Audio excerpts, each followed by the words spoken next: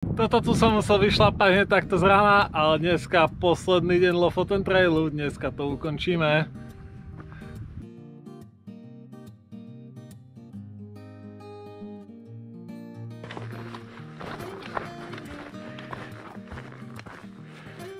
Tak, Lofoten Trail úspešne po 7 dňoch ukončený.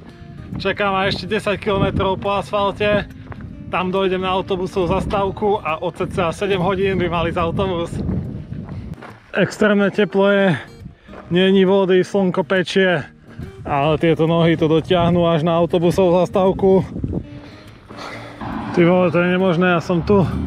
Predstavoval som si možno ako zastávku, ale to tu asi nenájdeme.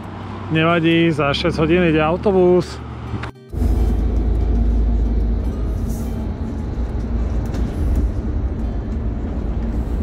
Po 6 hodinách čakania na bus sa mi konečne podarilo dostať až do Leknes.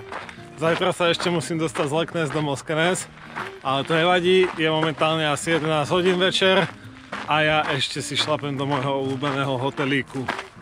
Tento hotel je úplne úžasný, jeho jediná nevýhoda je, že si ho musíte postaviť sami. Dúfam, že mi neublížia.